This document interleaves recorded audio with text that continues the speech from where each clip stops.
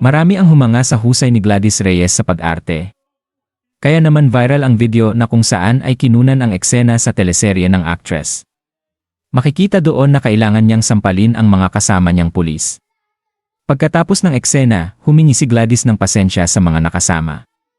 Ayon sa mga netizens, kahit sila ay magpapasampal kay Gladys Reyes dahil isa na itong alamat sa larangan ng pag-arte sa Philippine showbiz.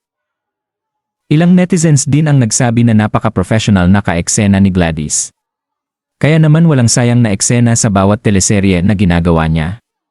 Ilang beses na rin kinilala ang husay ni Gladys bilang artista at napakaraming award na rin ang kanyang natanggap. Ayon sa mga fans, patuloy nilang sinusubaybayan ang mga palabas ni Gladys, pelikula man ito o teleserye. Kaya hanggang ngayon ay sikat na sikat pa rin si Gladys. Matatanda ang halos 30 years ng artista si Gladys at naikwento na rin niya kung paano siya nagsimula bilang artista. Sumikat si Gladys sa teleserye na Mara Clara kasama ang actress na si Judy Ann Santos.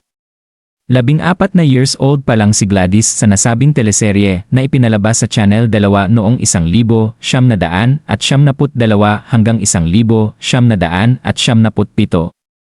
Nagsimula din siya bilang child actress at nakilala sa husay sa pag-arte.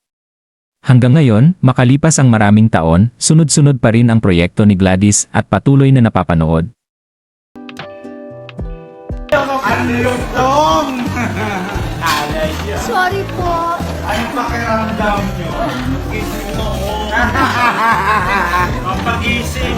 Parang hindi alas 12. Nagising ang mga kapulisan. Nakaganti na rin ako. Sampal ng legend. Sampal ng legend. Sorry po, kuya. Okay lang po. Sa dalawang beses, si kuya, hindi naman di ata sa liit. Ewan. Hanggang Yung kasi- grabe, yung una pa lang kanina.